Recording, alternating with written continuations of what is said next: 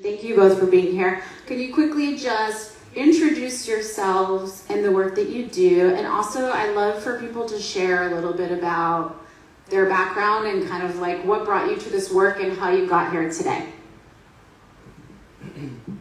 It's Olanipekun. I said it at some point. Don't worry. I don't know where to start, but I guess I'm here because I've known a lot of these guys. These guys gave me my first gig at POC 13 years ago. My day job, I run an agency called Future Impose. We're very much about social impact in regards to working in this very stressful space, which you're all aware of. Escaping to nature always helped me deliver my work in this space. I don't know if it's ADHD or whatever, but nature's been the one constant. And in lockdown, we wanted to support our community, and we thought nature was a space that we could share. I think that's it. I've gave you a bit of a gist. Perfect. Thanks. And so, like everyone else here, I'm mainly here to see Ollie today, I think, so that's the deal. So my name's Mark Cridge, and this is the third week, so this is the start of week 3 for me as Executive Director of the National Park City Foundation. And I'll maybe explain a bit what the National Park City Foundation is, but it starts from a really simple idea that what if you took the sort of the purpose of national parks and applied that to urban areas? How might that make us think differently about what it means to live in cities and what different decisions might we make as a result? So we'll come on, maybe unpack that a little bit. So my background, I was also, so I think rather than old faces, familiar faces, I was going to say. So I started an ad agency about 25 years ago without ever having worked in an ad agency, and did that. It was an agency called Glue that ran for about 12 years. Then I was involved with the Green Party of England and Wales. I was running their digital campaigning and membership as a volunteer, and running a global ad agency and being a member of the Green Party were somewhat incompatible, and that took me on a different journey. So over the past 7 years, I've been running My Society, which is a not-for-profit charity. You probably know more if you might have heard of things like fixmystreet.com or They Work For You, and it was a lot of work around transparency and looking at holding politicians to account. But really it was about power and about understanding where power lies and how you might shift power to communities in different ways. So lots of digital work, and what attracted me to the National Park City was it's this incredible idea which is ready to be activated. London became the world's first national park city in 2019. And then the pandemic hit, and some of the momentum has gone out of the movement, so it's about reigniting that movement. And the people that are going to reignite the movement are people like Ollie, frankly, and the work that they do. So that's my idea to hear about what he's up to very much. So. Thank you, Beth. So let's set the stage here a little bit. This conversation is all about inclusivity in the great outdoors. You know, for some people, it may seem, kind of obvious, like that great outdoors is for everyone, or you just literally go outside and then you are outdoors.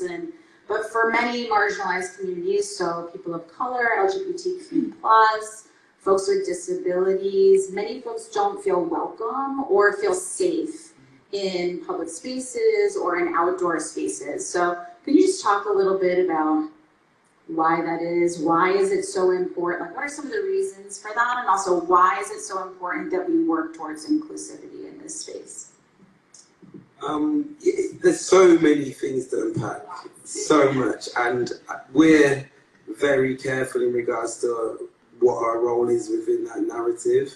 I think for people of colour, historically, politically, there's so many elements that have presented the outdoors as a space that's not for them. The urbanization of people, there's so many. And I remember when we started Flock, we jumped into that conversation and we had our opinions and stuff, but the facts are out there, the stats are there for everyone to see. And I guess our mission is to really not only give confidence to first timers and introduce the outdoors to people, but also show by doing versus getting into that conversation, getting into that debate. We're just really about, we're just going to do our thing. And hopefully by doing that, we're going to inspire the organisations, the charities that, you know, have really got a stronghold on those spaces, those outdoor spaces. And that for us is something we're committed to versus trying to unpack and decipher why. There's so many reasons. From a national park city perspective, I think that London is an incredibly wild place. It's nearly 50% green and blue space, 15,000 different species other than humans, 8 million trees across London. I mean, London as a city is unusually green and blue. But of course, even in the most green and blue city like London, the actual access to good quality outdoor space is really not evenly spread. I think there's the need to be within 300-400 metres of good quality green space. Of course, if you're from wealthier neighbourhoods, you're going to have some wonderful royal parks which are manicured and perfect and protected and secure. But that protection is also exclusionary to the extent that who do you expect to see in that park? What do you expect? Activities do you expect to be able to take place in those parks and so on? So what that Ollie does, Flock Together and other groups like that, there's the representation, visibility is incredibly important. That it's possible to actually be out there and not just these white middle class having a nice picnic in St James's Park. It's really, that's a sort of a key aspect of it. So the work that National Park City needs to do is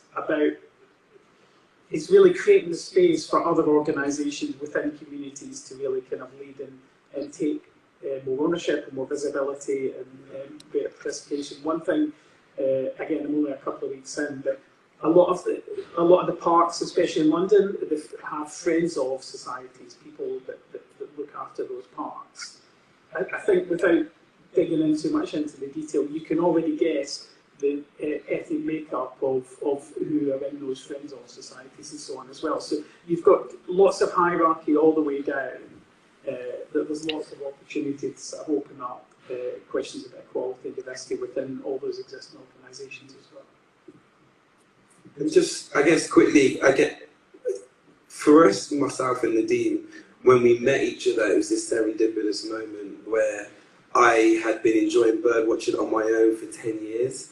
Never came across anyone of colour in that space, which I was fine with. I went out there and it was a personal thing that I benefited from. So when I met Nadeem, I was like, wait, what, you're into birds too? That's crazy. And you live like 5 minutes away from me. Wait, what? We should do something together. That was how we met. And then we organised our first walk. It was 3 weeks later. And I remember the day before the walk, I was like, Nadine, we haven't met in person. This was all done from Instagram. We're about to take a group of people out. We need to meet each other. So we went and sat in Clissold Park where we both lived. And we sat there for hours talking about our experiences, talking about what it was like to go through school. Both of us had a bit of a turbulent experience in school. What it was like to find your feet in a career. Share those experiences. He's a lot younger than me, but again, one of the things that we connected on was this constant of nature and how it's helped us through some difficult times. And for me, I was introduced to nature as a Cub Scouts. My parents wanted me off the streets, like anyone good parents do. And it was about 11 years old, they put me in the Cub Scouts. So I was like, this ain't for me. These tying nights, knots in the rain and camping, it's just weird. I got kicked out about a year later because I just didn't get on with it. But then as I became in my adult years, I had this confidence in the outdoors. So when I'd speak to my friends of colour and be like, yeah, let's go on a hike, let's go camping, they'd be like, nah, that's a white thing. That was the comment I'd get from all of my friends, is that's a white thing. I was like, what do you mean that's a white thing? What? They own the space? And only now are we starting to understand what that means. It's because they've never seen themselves in them spaces. And I was so fortunate through the Cub Scouts, even though I hated the experience, it showed me that I had a place within the outdoors. So that for us is why we don't really get involved in the debates. We just know what our experiences was, and we both shared that. And how can we really change the narrative of who has access to the outdoors? Well, I add one thing. When it something really clicked for me over the last couple of years. So for my sense, I'm the classic middle-aged man in Lycra. So I go cycle. Cycling is another very white-dominated sporting activity. So I cycle. I live in central London, so I cycle around Regent's Park an awful lot. And there's a group that's been set up called the Black Cyclist Network, some of you might be familiar with. And they are what they do, totally incredible. It sounds a lot like the same approach to Flock Together. They started off by putting together a black race team. So they would enter cycling events. They started with that sort of, yes, it's possible. But then they started that sort of community-driven events where they host rides in Regent's Park and outside of London. And now they've got about 150 members. The people, incredibly diverse range of ages and fitness levels. And again, it is possible for any of us to sort of participate in this sport. And that for me was a real sort of light bulb moment, seeing that very visibly, going around Regent's Park, seeing the riders out. Their kit looks slick as hell. It's always like really nice and everything. It's just, they're a really great bunch. So that was a moment. That's great. I'm going to skip ahead to a question because we started bringing this up, but we have some marketers here. So I want to talk a little bit about the marketing and communication that is in and around the outdoor and nature space, because it's not even so much that it's like a white thing, but it's also like a white male thing, where it's like almost every ad you would ever see about something like this is like very stereotypical looking white man in this kind of activity or scenario. So can you talk about how do we diversify the imagery, folks who might be working in this space from the advertising industry? What are some things that they should or could think about when they're working on these campaigns to make sure that they are really inclusive of lots of different kinds of groups? You've got some big questions. I'm going to try my best, but I guess for us it was, and again, working in the space that we all aware of, and marketing and advertising, when we set up Flock, I was very conscious that all the meetings we had with brands, organisations, charities, it was the same person on the other side. They call it male pain and stale. I didn't coin that. But so I guess for us, we figured out, or for me, I figured out that these guys probably didn't have access to those communities that we're talking about, their friendship groups and whatnot.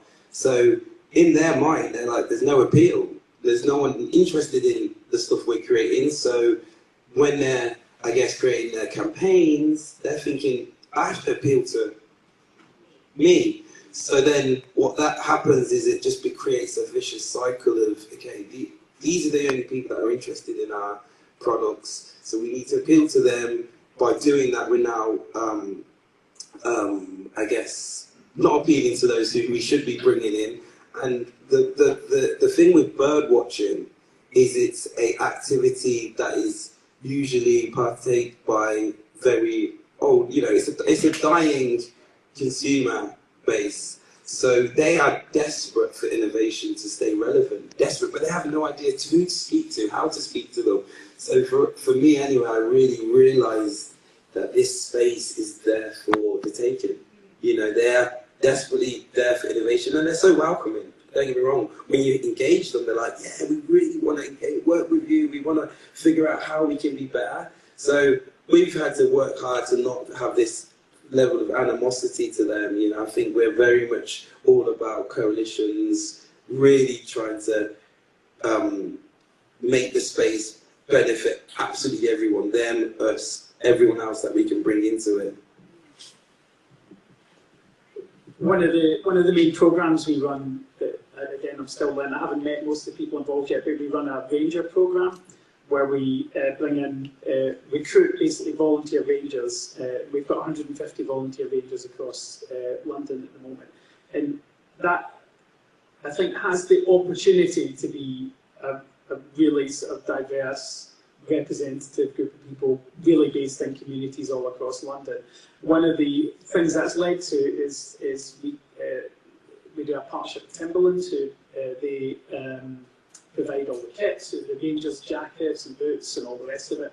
And you can, they also use the Rangers within a lot of their social media content and advertising, that type of stuff as well. So I've kind of walked into this, and coming from a market and advertising background, I see the absolute value of these really important partnerships. I'm also somewhat ambivalent and nervous about this greenwashing aspects, and I think a lot of, and with this, you run an award focused on purpose, that your purpose sells, and that's interesting but bloody scary as well, because considering where we are as a society and the nature of consumerism and so on, relying on doing all this good stuff to sell more shit is maybe part of the problem here. So it's a really sort of delicate balance to walk. Commercial companies absolutely have to be part of the wider set of solutions. But if you become ad hoc to the brand requirements of a set of organisations, we might just be shooting ourselves in the foot. So. It's a very good point, and that's a delicate balance indeed. And I've had to be, and still am, very conscious of that. I think for when we started, again, going back to that day, me and Nadine sat in that park before our first walk, we talked about what it was like growing up in an estate. Being the kids on the estate, we were both those guys. So I said, we can never lose focus on that audience. They're who we're trying to speak to. They're who we're trying to introduce to nature. All of those other groups, there's other organisations that can speak to them. So I was like, we can never forget that. So when I think a few months into us launching, when it blew up, Gucci and the North Face reached out to us. And we really had to think, is this right? Because of that balance. But then I had to remind ourselves, it's like, the kids on the estate, if I said to them, hey guys, we're going to go on a hike, you should come, they're like, are you crazy? They were not interested, but when they see Gucci North Face, they're like, oh, yeah, what, maybe we should go on a hike. Gucci could be cool. So again, flock together's role, still being very aware of the balance. We have to use the reach of brands to appeal to those audience, those young people that have never and will never consider the outdoors. That's our role as an Flock. And again, great work that everyone else is doing, but we're very key on speaking to that kid on the estate. There's a well-known anecdote about Nirvana and when they released their first album, and apparently Kurt Cobain insisted that their record be sold in Walmarts and Kmarts and all those kind of mass stores, and people would say, you're so anti-establishment, anti-corporate, you would never think that you'd want that. And he said, that's the only way that a lot of people get music. That's their only access. And so it's so important for kids like him, who that was the only place they could discover music or get CDs or records or whatever at the time, that his album was there for them. So a similar kind of Completely. And so it's obvious to conclude that point is, we know that once we introduce people to the outdoors and they build an appreciation for nature, that's when you start protecting nature. So we're trying to think like that, and yeah, we all sometimes fall guilty of thinking that it has to be this very clean journey. Sometimes it has to be messy. Sometimes you have to bounce across and dance with the devil a little bit, like with some of these brands. And yeah, there's problematic brands out there. We've worked with some problematic ones and we're very strict on the type of brands we work with now, but yeah, it really is our mission is to appeal to those who have never been spoken to in this space before. So we know that there are so many benefits to time spent in the outdoors. You've spoken a little bit about mental health and just detaching from work, or a lot of cognitive skills get built during activities in the great outdoors. What are some of the solutions? You guys have mentioned some already, so leading by example or partnerships. What are other things that parks, both local or national, can do to make these spaces welcoming, safe, more inclusive for everyone? I know folks have done some things like in New York, I'm sure here as well, there are tons of cultural activities, concerts, events, programming, or I know some national parks in the US have done economic free days or providing transportation. Like, are there some other things that parks and spaces, outdoor nature spaces, should be thinking about to include folks? So our starting point is, I suppose the first thing is London National Park City isn't just about the parks. When I got the job, a couple of people I know who sort of just heard about the role. That's incredible, so you're in charge of all of London's parks now? It's like, well, no, actually, we're not charging any of them. It's about thinking about the National Park City as about the whole city and the experience of living in an urban environment. And that's once you start hooking people into the idea of they're part of the natural world, they look at this city differently. And so, of course, there's lots of things you can do in parks, and that's organised, regimented. This is a green space, this is a blue space, whatever. But the experience is also about guerrilla gardening. It's about planting. It's about more tree planting. It's about greening your buildings. It's about the activities, the cultural, the art, the social, sporting activities that take place outdoors as well. It's about allowing everybody to feel that they can really spend rich, good quality time outdoors with all of the activities that go along with that. So it's not just about thinking about the parks and about how we get access. That's a key part of it, and a lot of stuff happens in these incredible green spaces we have in London. But this is much about feeling that, yes, we can, as a community, as individuals, have more say in how we organise society in urban environments. How we grow our food, how we travel around, how we spend time outside, all of these things as well. So it's trying to open that up to that bigger idea. The sort of, that's why I'm so in love with the work Ollie's doing, is the different ways in that starts to open up, and then the different connections. I'd love to see if you're going to do a trade spot and cross over at some point as well. Yeah, I think for me, again, personally, I was attracted to the outdoors when I was really struggling and running an agency, and I'd get briefs in, and I'd sit there at my desk and I'd just kind of crack this. I'd go on walks, I'd just say, guys, I'm leaving the office. I'd go on a long walk in the many amazing green spaces we have in London, and I would crack a brief every time. I'd come back to the desk and nailed it, got it all done, because there's proof that green spaces and creativity, there's a link.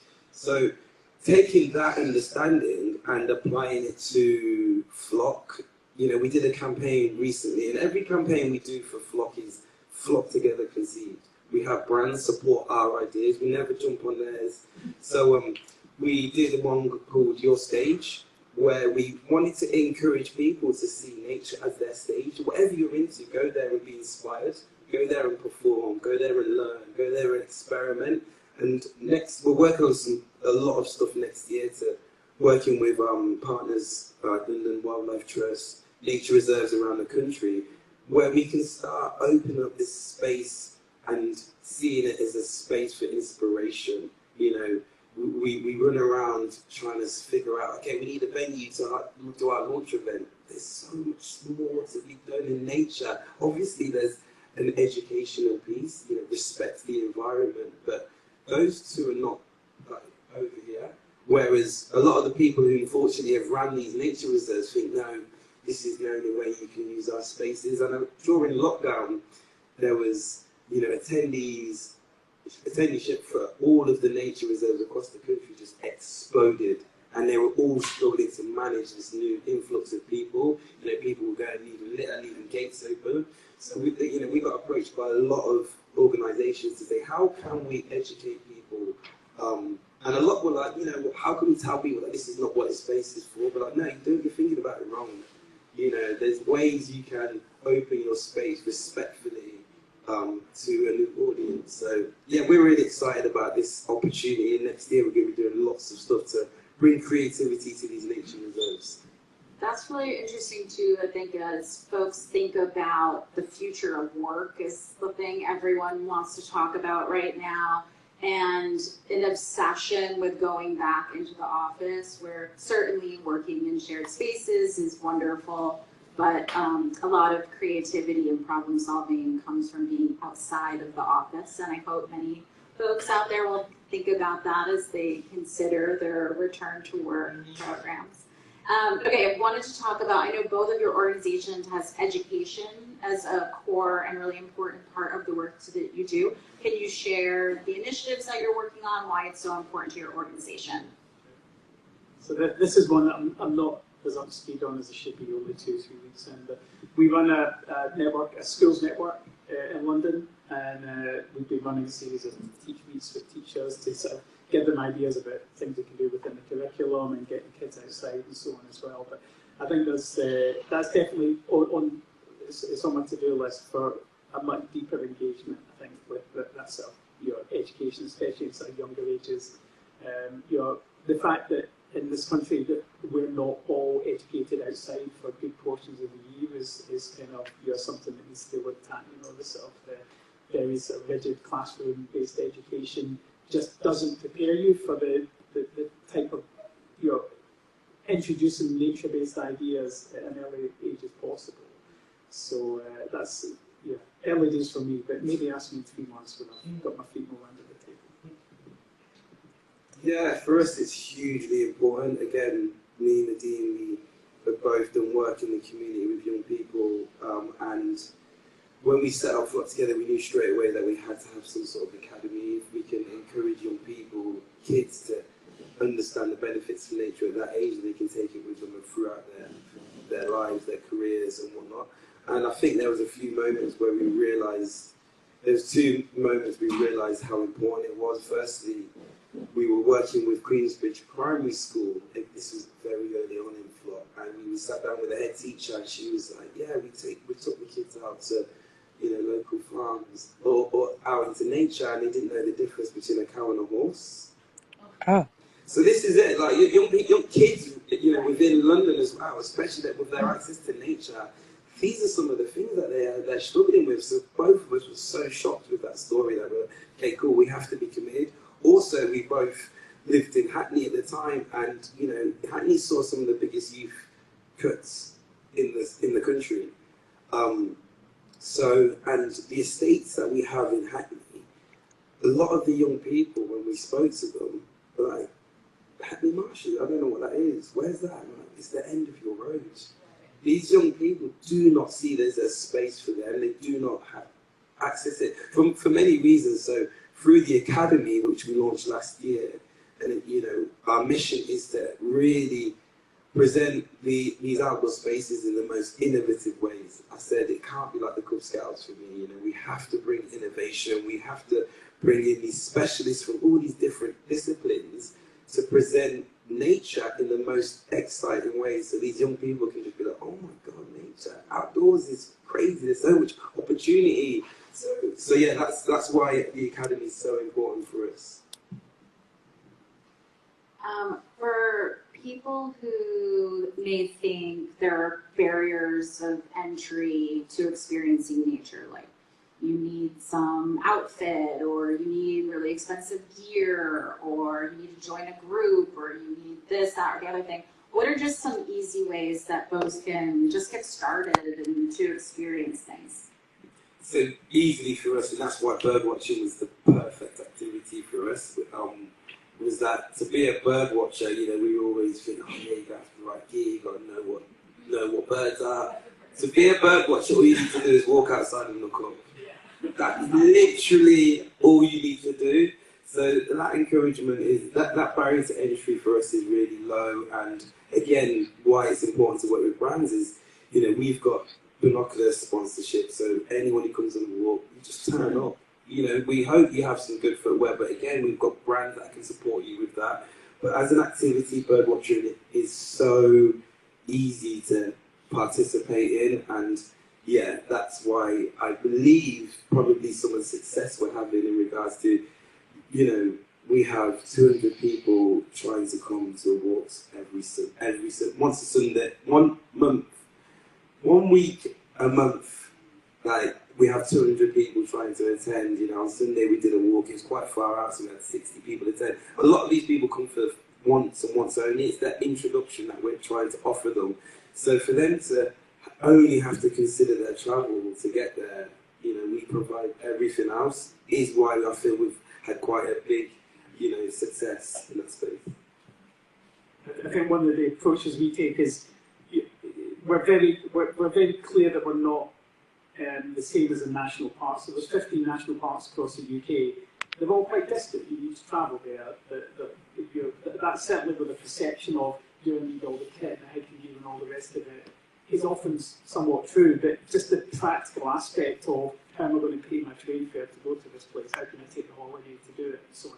So the concept of bringing the national park principles and applying them to urban area brings the national park closer to everybody for a start. You start to think of the city, this urban environment, as a place where nature is really prevalent, and you know, that's when being able to go out in the city and look up and actually see a lot of what's going on is really kind of important. So that might lead to people going further afield, longer trips, all the rest of it, especially when you sort of put people in. But the idea of that fundamental idea of bringing nature closer to everybody and helping them recognise what's already around them is the sort of red thread which I think runs through a lot of our work as well. I want to open it up to the audience. Does anyone have any questions? Anybody out there? Okay. It's for both of you, in sort of different roles that you but what is the single dream goal that you would like to deliver? Because you're doing Flock together in your spare time, which is incredible, and you've got the support of these coming from brands and things. So what would you really hope to achieve? And not thinking about London and the fact that it's a very green and blue city. What do you see in London that could take you to sort of level recognition?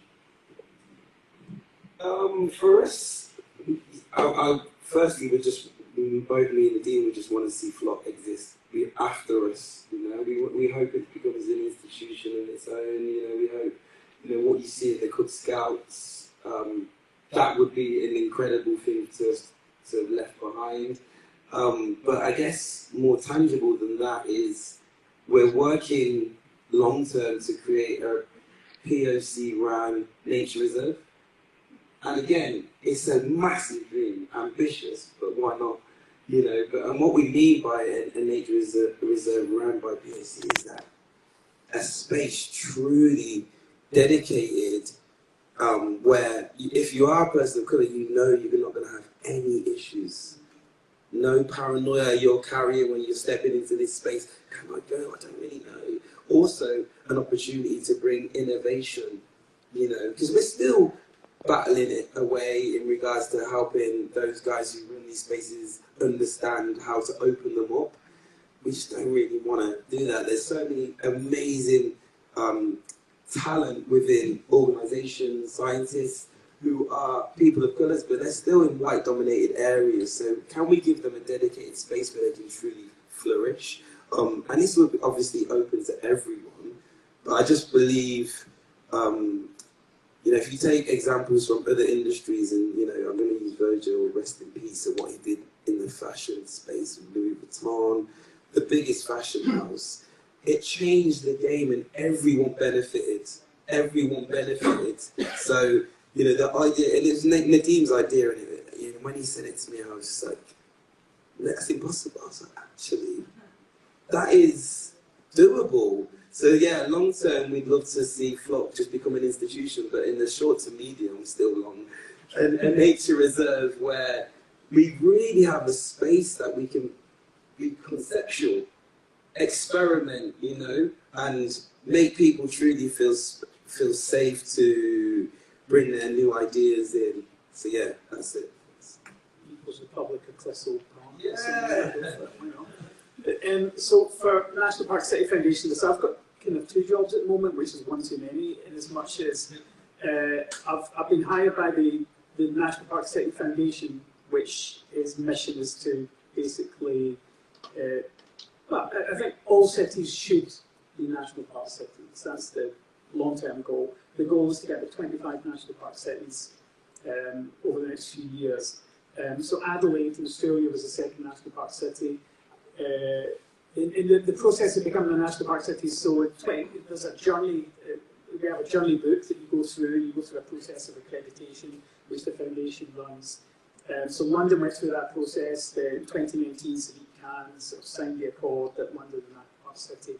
Adelaide have just gone through that. There's other cities: Glasgow, Cardiff, Southampton, Bristol, Exeter, a couple other places across the UK, Galway in Ireland.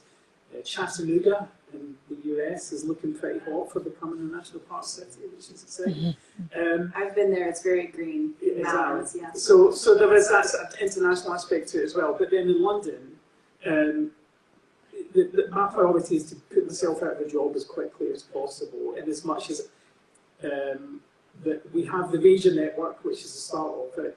In our goal there is to look at this games maker type approach. The tens of thousands of volunteers that were involved with the Olympic Games. You're to have a really much larger number of rangers across London that's really active within their individual communities.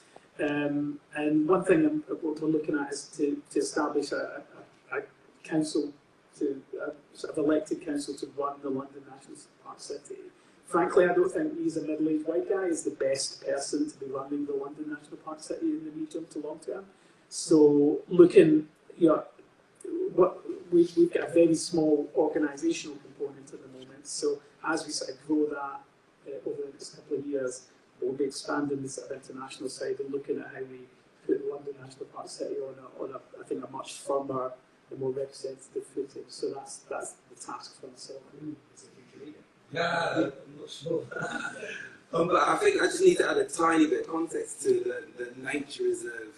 Is because there's still those experiences that we have to deal with, which are just annoying. You know, I remember there's two few stories. I remember last year I went to a nature reserve can't remember, it's just outside of London, and we didn't realise you had to buy a ticket to go. So we rocked up on the day. You know, we got to the gate, and the lady who was manning the gate, just the way she spoke to us was so unnecessary, but it takes the type of person to be able to be privileged enough to volunteer and do that role.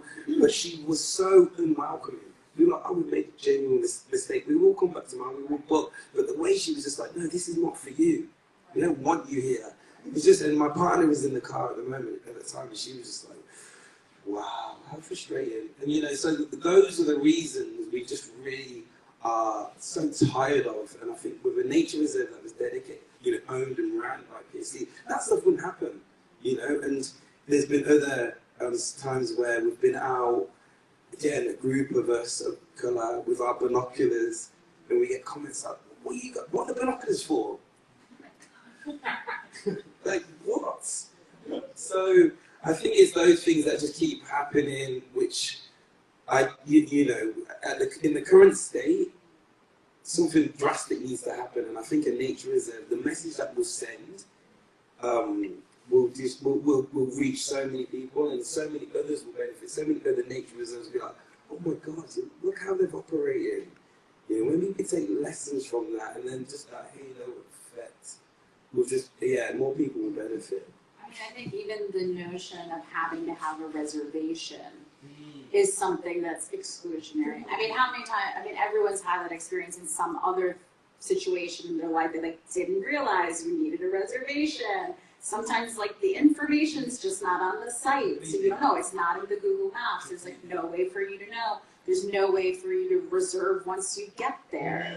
There's a lot of simple things that could solve some of these barriers. Do you have other questions? Yeah. I love this discussion. I'm really inspired by everything you're both saying.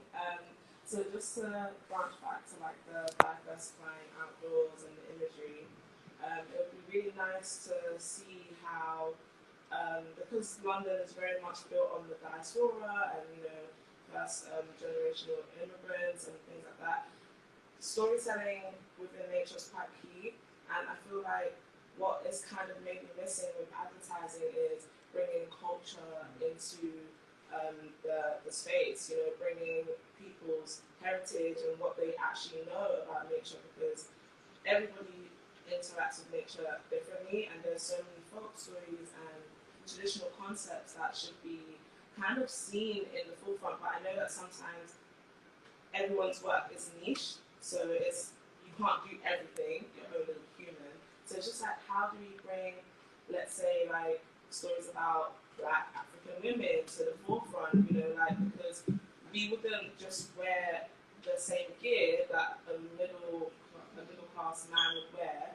We would do things in the way that we were taught to, but I think it would be nice to kind of bridge that gap on culture being symbiotic to nature, and how does that get shown in advertising? So if I was to watch a Nat Geo film, I would want to see it being shown from, really amazing gaze of something I grew up on, not just I have to be in khaki and to turn up, because I do wear khaki all the time, but I just see different flair within nature, people assume that I work in nature because I look like this, I look like a doll, but I'm very much in nature all the time, but how do we bridge that gap for women like myself? Easy question. Look, but your work is incredible, by the way, and I think what platforms, yes, use National Geographic, I know they're in the room. But what these organisations need to do is start bringing in incredible storytellers to tell those stories. But what unfortunately happens is that they're like, okay, cool, we now need to appeal to women and Kola, so let's just do a campaign because this is what they'll like. So whereas just bring them in and get them to tell their own stories. So I think that's a simple answer for me, but I still think the industry find it so hard to get access to people like yourselves, which is so problematic on their end, because your work's out there, been out there. But I think the times are changing. I think we did something with the RSPB, again, very early on. And as an organisation, I still find them quite problematic. But we did this amazing campaign where they allowed us to use their platforms to tell the problematic history of bird species that have been named after colonial slave masters and whatnot. And it was great, and we created all the content, we told the story, and they put it all over their platforms. Did so well that they kind of stole it and then presented it their own. But anyway, I just think that was a really good example of us really tackling these issues, and there's no point in hiding away from this problematic issue anymore. We all know it, and if you're not talking about it, then we're all side-eyeing you, So I think things are changing.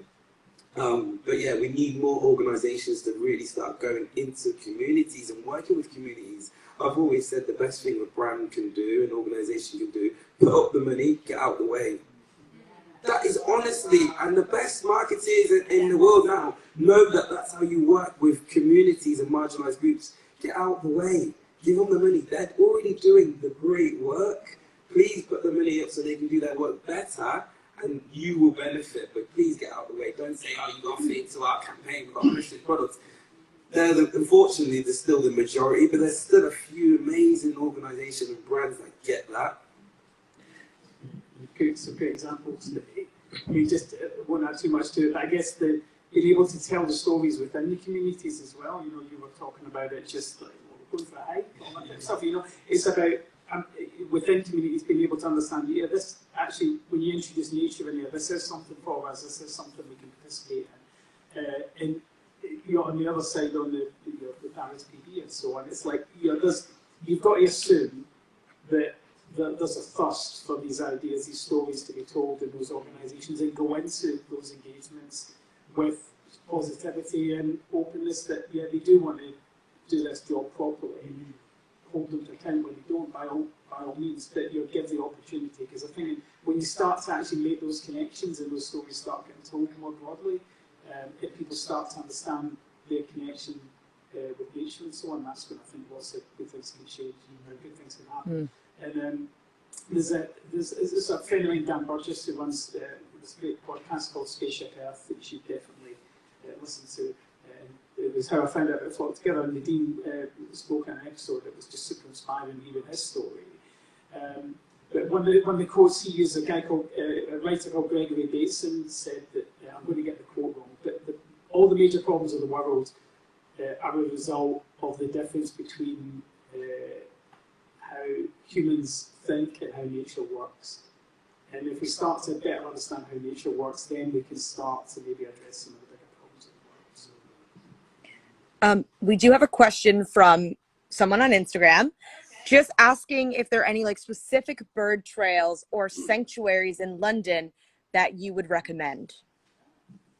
There's loads. This is the thing. It's so, and I think this is what Flock Together really want to step in, and how people understand that London is one of the best cities in the world for nature. You know, we're so fortunate. So, the Hackney Marshes is one of my favourite places.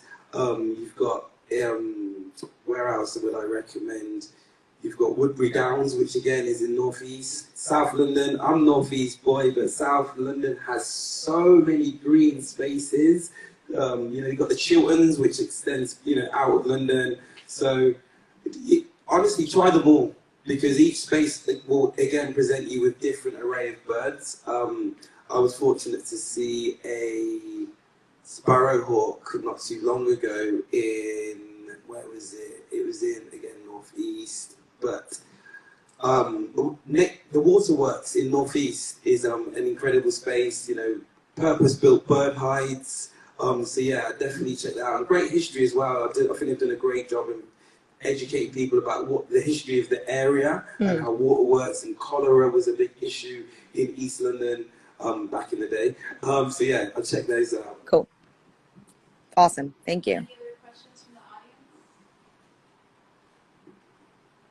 I think I hope the question will come out.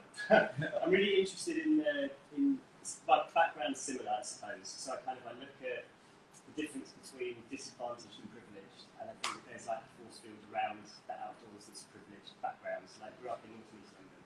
I'm interested in what removes that force field, and it's like your moment of the cubs. I can kind of relate to, and I started to think about just the language around the way nature's kind of talked about.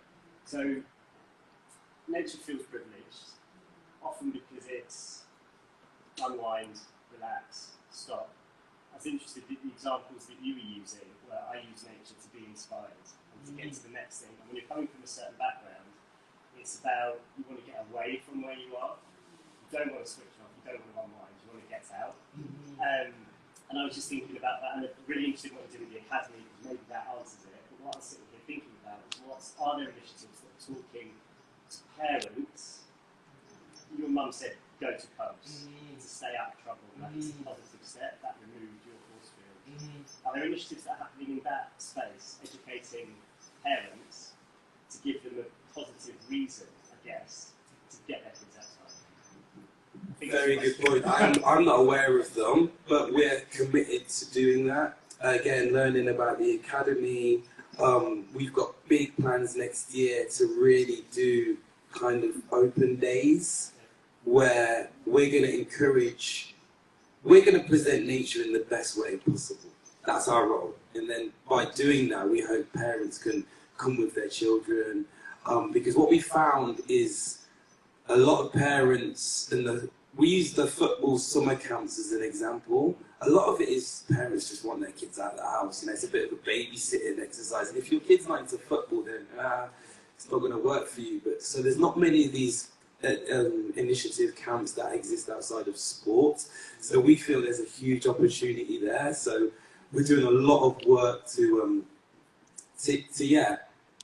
create these spaces, but not only create these spaces so kids go and they're like, yeah, today was good. We need everyone who attends to run home and tell their parents how excited they are and how much they learn or what they're interested in. So by giving them guides to take home, giving them things they've built and created themselves to take home. These are the triggers that are so important to encourage them to all be sitting around the table and the kids talking about how excited they are, and then the parents be like, you know what, we need to maybe put some real effort into building on this this excitement. So yeah, for me, I don't know if many of the people are thinking like that, but for us, we're so dedicated to filling that space and see so much opportunity. I don't have much more to add than that. I mean, I guess as a parent, if you don't have an experience of being out in nature yourself as a parent, you think, God, is it safe? Will my kids go out there? I mean, I remember I grew up in an estate outside of Glasgow, surrounded by fields and all the rest of it. I would go out in the morning and be back in the evening, for dinner and stuff. I brought up my daughter in central London. Can you imagine? It's like I track her on the phone the whole time and everything. It's like just a totally different experience.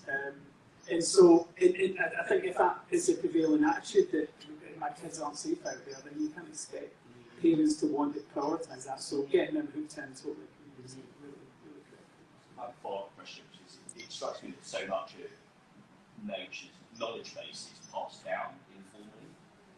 And so the role that parents have to play in telling those stories, I think, is incredibly important. I'm quite interested by the fact that as people of colour, you already have these stories. They're just very different stories from an English-British storyline. So what's the potential for, so the example that comes to my mind is like Ray Mears, massive advocate of learn how other cultures build fires because you never know when you might need it. That sort of thinking of, actually there's real value to come from POC stories that are attached to nature that are just not quite. I'm so glad you asked this question because we learn, again, going back to my thing where growing up, we was asking my friends to come out hiking or camping, and that's a white thing, and really being shocked back then of why they would say that, but then understanding why that has come. And then as people of colour, we have families that are still living with nature. Crazy the knowledge that they possess that we can be sharing here in the West, let's say. So one thing we learn about in Flock, we have a WhatsApp group where we communicate a lot, share bird pictures mainly. And at Christmas time, everyone goes home to see their family, whether that's the West Indies,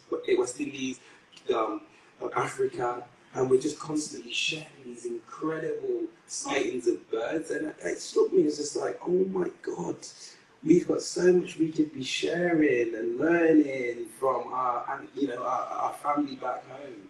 So it's something that we're really looking to build on because, our understanding of nature, they're forced to understand nature. They rely on nature in a lot of these places. And then when you even think about it in a bigger spectrum is, the climate crisis, for instance, we're still saying the same thing. The same people are saying the same things to the same people, and we're still saying, oh, it's crisis. It's like, maybe start bringing in different perspectives. Maybe just that's where you're going wrong. So we're really keen on this idea of knowledge sharing and where that could potentially take us. There could be young people out there who have the answers to this climate crisis that are never ever given a platform and never will be in the current state. So we're really excited about the space. Oh, it's when you think about it, it's so basic, and there's geniuses out there getting paid a lot of money, and they just are not. It's just crazy. But I'm glad you asked that question. Great question. The one thing that I'm very conscious coming in to the role on the international side is that the other candidate national park cities aren't just all British, Western, and actually as a concept. Being able to work across Latin America, Global South, it's like there's huge numbers of people very rapidly moving into cities, and there's probably much more urgency in some of the cities across Global South than there is in this green and pleasant land that we have here. So it's kind of that's definitely something I'm aware of, and we'll be exploring over the next few months for sure. I just want to ask about how you have experienced working with your local councils. You spoke about academia from the south, and maybe one of these kids want to go back and put some greenery in their area, but they hit a wall with the council. How do you go about kind of bridging that gap and bringing people together in that way? Yeah, it's not been easy. I think the personnel within local councils, again, are they ready for that level of innovation, experimentation? I think what we've seen, where we've seen success is where a brand can come in. If a council can get supported with funding to create a green space or to rewild a space, then the council probably going to say yes, but that's going to take money. And a brand, the Timberland Loyal Kind is a great example. We were involved in that, and we are in talks with lots of other brands and councils to offer that. So we're not there yet. It's quite hard to get things done in that space, and I know the council have incredibly hard jobs, so you know I understand that, but it's a bit of a slog, if I'm honest. Are councils getting in touch with you? Loads, constantly getting in touch with us, and it's initiative here, initiative there, but they still are quite, it's still quite, it's a tired approach, you know, and we live in a world where things cost, and that's what I'm saying in regards to brand support, corporate support. I don't think we can avoid it, unfortunately. That funding that we once relied on from maybe Arts Council or government funding doesn't exist anymore. You know, the hoops we had to jump through, you know, we decided not to set up as a charity for a reason, because the forms you have to fill out. I don't know how to fill these forms out, so I'm working a volunteer-led group at the time, so I was like, impossible. And all those forms will make 50p. Whereas I could put together a nice presentation for a brand, and it's like, crack on, here's the money, just do your thing, make it look amazing. You know, versus, okay, cool, it has to tick this box, we need line by line costings, we need to see it's like, whatever, that's not going to work. And we're speaking to some incredible charities, one of the biggest in the country actually, and they're aware of this. They're like, no, we know this is a problem. Like, yeah, again, they're trying, but it's too late. It's gonna take so long for you to take, and we need this now, you know. So we have again looked at other ways of doing this. Again, why we're not set up as a charity. Yeah, there's loads to unpack in there. But on the council question, so I mean, with councils, really impoverished organisations, you know, any flexibility they have has been really ripped away. And their mindset is obviously like, well, if we innovate and it goes wrong, we need to pick up the pieces, so it's easier just to do nothing. But if you think about like guerrilla gardening or giving over space for communities to plant food and those type of things, there's the concept of de-paving. It's all you need to do is remove some slabs and some concrete, expose a bit of earth, and we'll take it from there. You know, just even getting to that mindset of giving up enough control just to sort of let that happen, it's pretty difficult for a lot of councils because they just don't have the capacity to make those kind of decisions. You know, and with foundations and so on, and the National Park Society Foundation is a charity, so yeah, you know all about the forms for sure.